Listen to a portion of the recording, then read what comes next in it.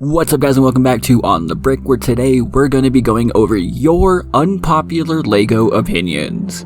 That's it, and then I'll also give my thoughts. So starting off with... Technic designers, stop giving us construction vehicles, or sports cars for that matter. Give us robots, weird mechanical things, transforming mechs, competition-themed stuff. Anything other than JCBS and sports cars. And you know what? I fully agree with this. One of the biggest reasons that I just don't get into Technic is exactly this. I don't really care for sports cars, and while some of the construction sets are pretty nice, they're not cool enough for me to want to spend hundreds of dollars on. And weirdly enough, in the custom community, it's like exactly the same thing too. So I personally fully agree with this one.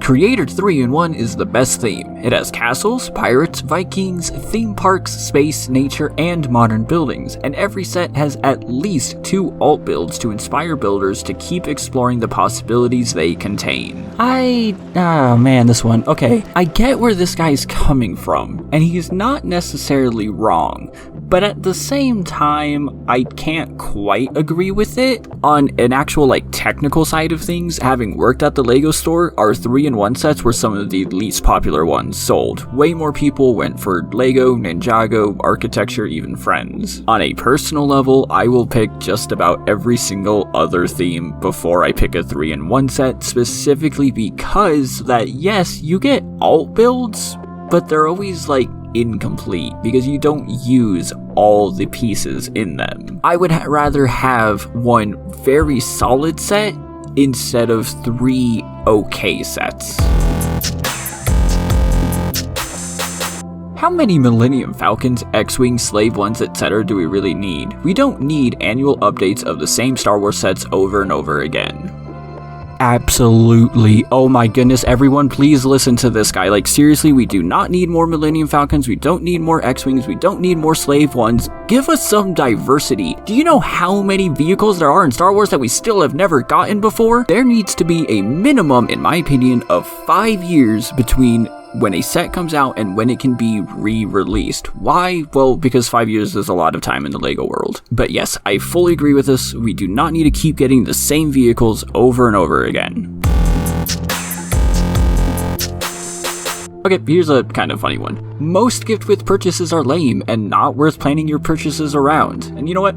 Fully agree with this one too. Some of them are pretty nice, but I'm not going to go out of my way to get them. Every single gift with purchase I've gotten is because I was going to buy the set that matched the limit anyway, and not because I spent extra just to get it. Most of the time, I don't really care. And yes, that does include the exclusive Star Wars minifigures we used to get. Most of them were just okay. Okay, this is like a 6-in-1. First, I don't like the negative spaces in feminine torsos. They don't blend well against vast majority of backgrounds and just feel odd when you stop to think about them. I fully agree with this one. I get that they want to make the torsos look feminine, but at the end of the day, it's still LEGO, and it just looks weird. It's a good thing LEGO doesn't do side printing, otherwise it would just look even worse, and believe me, it looks a lot worse when someone does side printing and then does the curved torso on the front. If you really want a curved torso, do something like what Area Light has. Second, people emphasize minifigures way too much when grading sets, especially Star Wars fans. Absolutely. Oh my goodness, absolutely. I have seen way too many people say that a terrible set is worth it just because the minifigures are good. Look, go to Bricklink, get the minifigures later. That doesn't make the set any better. But also the reverse is true. Having bad minifigures doesn't necessarily diminish a good set. For instance, the UCS gunship is still pretty good. Sure, it has some pretty bad minifigures, but that doesn't automatically make it bad. Okay, I said 6, but I'm going to skip this next one because I don't have an opinion on it. So, LEGO has never been neglecting Star Wars prequel trilogy fans, although I agree that they should be making more prequel trilogy UCS sets. It has, however, been slim pickings for sequel trilogy fans for the last 2 years. See, problem number 1 here is the oxymoron of sequel trilogy and fans. Those two words just don't go together. Okay, joking aside, I do fully agree.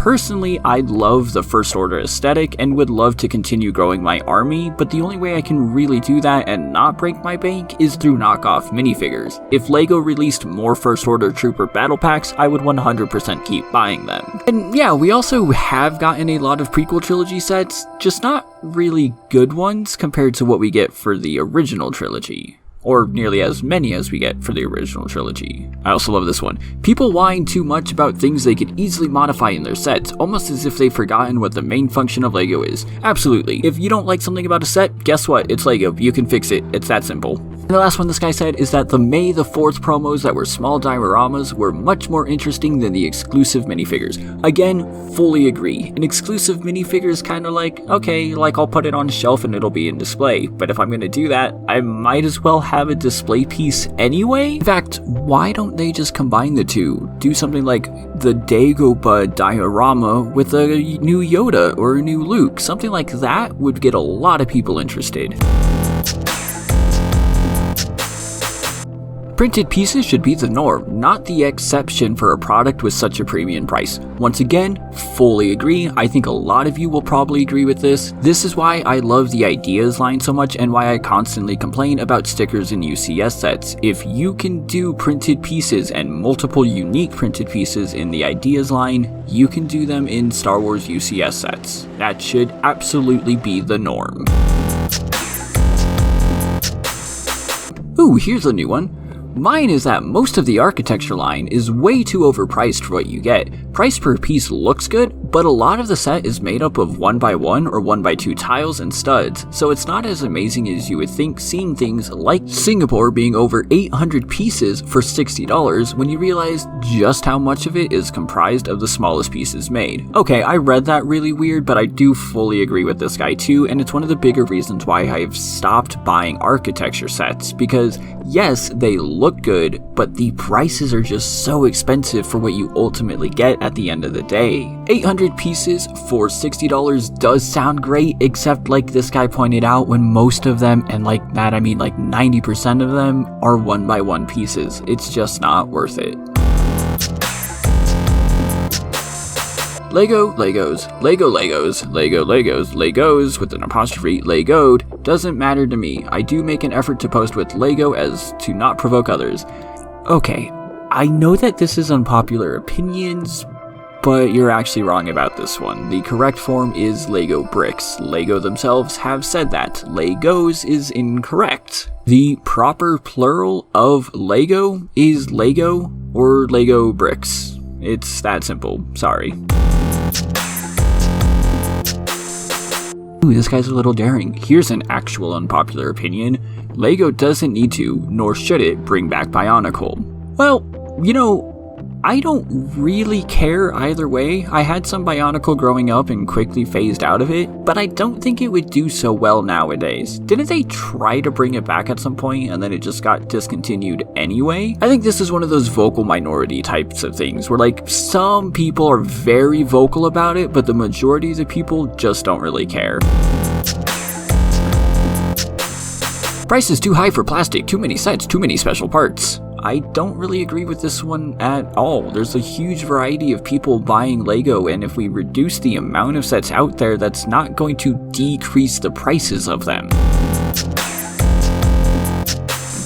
Okay, this is a 2-for-1. It's two different people, but with pretty much the same opinion. Buying LEGO as an investment is lame, and LEGO encourages it by retiring sets. It should be possible to buy old sets you never had the chance of or missed out on for any reason. Money, hobby on hold, late to the hobby. Maybe even just the bricks in a big zip bag as some sort of pick-a-brick implementation for full sets. The mystery bags are horrible. It's the equivalent of gaming loot boxes for cash for a product with a premium price such as LEGO. You should know what you're paying for, not take a gamble. And then the second person, which is much longer, rant time. LEGO investing is stupid. Yes, on paper you make more money than stocks or gold due to the value, but what y'all don't realize is the expense in maintaining sets in that condition plus being able to follow buying trends accurately. And all that effort that goes into keeping your sets in tip-top shape, promoting your online store, shipping them out, dealing with seller scammers, etc. This is only really profitable on a large scale when you're willing to sink the time into it and you're down thousands buying up Star Wars sets hoping to turn a profit pre-recession. Got news, buddy, you aren't the only one coming out of the top. It's TLG lol. Hey, have any of you bandwagon investors actually tried to sell anything online prior to just buying a bunch of plastic crap and hoping they'll be worth something by 25? I wouldn't wish making a living off of this on my worst enemy. Facebook Marketplace is an absolute hellscape and trying to sell my Funko collection is going on, blah blah blah blah blah blah blah, you get the point. Let me cover the first guy's second point really quick. I kind of don't agree with it. I get that the mystery bags for minifigures are a bit of a gamble, but you can actually figure out what's inside, you just need to take the time to do so. It's quite different than actual gambling, not to mention that you always get something out of it anyways. You don't actually lose anything, you're not losing money and coming out with nothing like in real gambling. I think it's a little different, and if you just want to buy certain ones, you can easily do that. But for the point on LEGO investing, yeah, absolutely. That set in your closet isn't going to be worth anything in 10 years. Way too many people are holding on to sets nowadays with the expectation of reselling them in 5 to 10 years, but because so many people are, it's not really going to mean anything. Not to mention with the rise of non-LEGO companies and anything, sorry, your investment's just not worth it. I could probably make a whole video about this one actually, but I won't. Well, not yet. And to end this whole thing is one that just says, LEGO Star Wars ruined LEGO. Hey buddy, if you could come closer,